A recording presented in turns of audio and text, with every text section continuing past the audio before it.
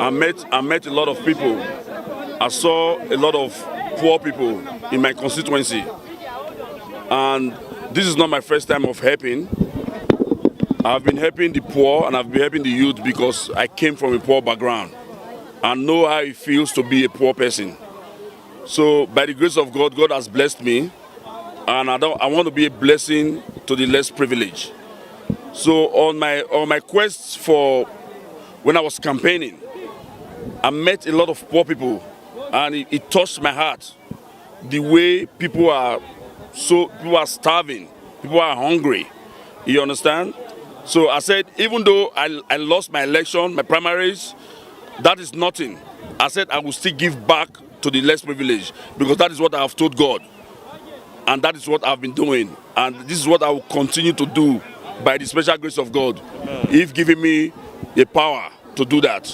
So this place that I'm in today, I'm still going to come back here again, and we are going to various locations, different states. This foundation is going to go all over Nigeria, the whole federation.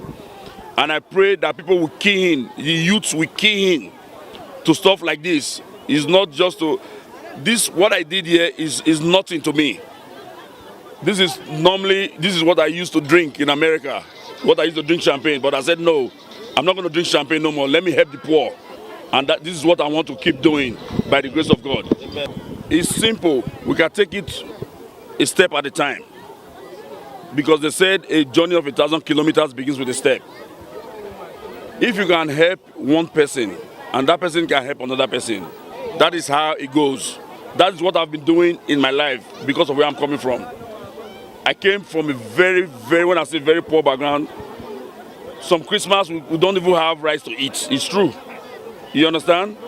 But to God be the glory. I'm happy and I see the joy of people when they are receiving. So I'm grateful. I'm very grateful to God.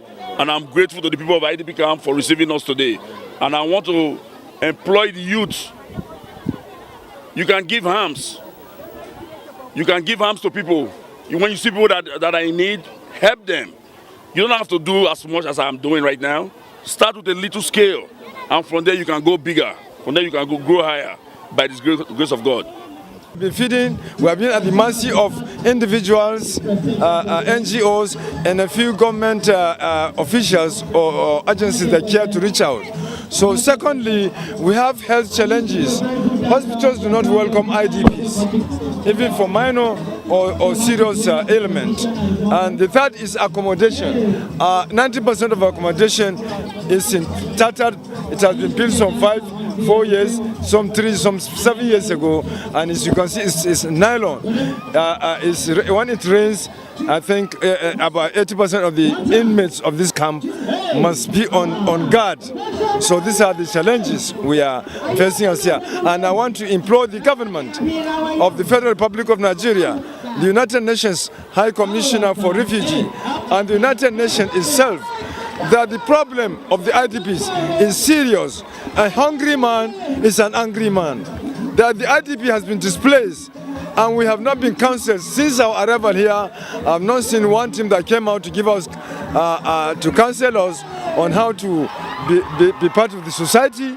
I have not seen efforts to integrate us, even if on a temporary level. So ignoring the IDP is a time bomb. We are not empowered. A lot of us have skills, acquired skills, you understand, in tailoring, driver, masons, naming. Some are teachers, still no work is forthcoming. So the ideal ones mostly have a handwork to do. So the lack of empowerment is another serious threat to the IDP phenomenon in Nigeria. From my own experience in Abuja, and it's a time bomb. So let's all Nigerians and non-Nigerians, and for the whole, because the world has become a global village, let them team up and help at least the few thousand IDPs in Abuja that are facing hunger. It will be a shame that in the federal capital of Nigeria, the headquarters of ECOWAS, then an important country in Africa, and at the United Nations Committee of Nations, that an IDP or IDPs are facing starvation. are facing health challenges, are facing accommodation challenges. We are always on the way to hospital. As I depart now, after addressing you, I'm on my way to the hospital. So that is the whole truth and nothing but the truth. So whether politicians or no politicians, people should put heads together and please bail us out of this quagmire. Thank you.